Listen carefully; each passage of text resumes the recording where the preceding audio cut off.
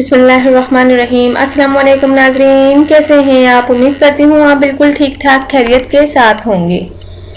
ناظرین، آج میں آپ کو محرم میں جو لوگ شادیاں کرتے ہیں اور بہت سے لوگ کہتے ہیں کہ محرم کے مہینوں میں شادی بیاہ نہ کرنا چاہیے، تو اس کے بارے میں آپ کو کچھ باتیں بتاتی چلوں کہ بعض لوگوں میں یہ بات مشہور ہو گئی ہے کہ محرم کے مہینہ خصوصاً محرم کے شروع کے 10 دنوں میں شادی بیاہ اور خوشی کی تقریبات وغیرہ کرنا حرام ہے، اور اس مہینے میں خوشی کی تقریبات کرنے میں خیر و برکت نہیں ہوتی اور وہ کام منحوس ہو جاتا ہے۔ اس میں بعض پڑھے لکھے لوگ بھی مبتلا ہیں۔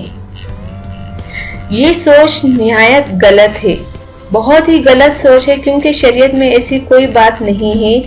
شریعت میں محرم یا کسی دوسرے مہینے میں نکاح سے منع نہیں کیا گیا، اور اس مہینے میں زیادہ عبادت کرنے کا حکم دیا گیا ہے، اور نکاح بھی ایک عبادت ہے، کیونکہ نکاح سے اللہ کا قرب اور تقوی نصیب ہوتا ہے۔ ایک حدیث میں آیا ہے، ترجمہ ہے، جب آدمی شادی کرتا ہے تو اس کا آدھا دن مکمل ہو جاتا ہے، تو اس کو چاہیے باقی آدھے کے معاملے میں اللہ تعالیٰ سے ڈرتا رہے، اللہ تعالیٰ سے خوف کھاتا رہے۔ لہٰذا اس ماہ میں نکاح کرنا ممنوع نہیں ہے، منع نہیں ہے۔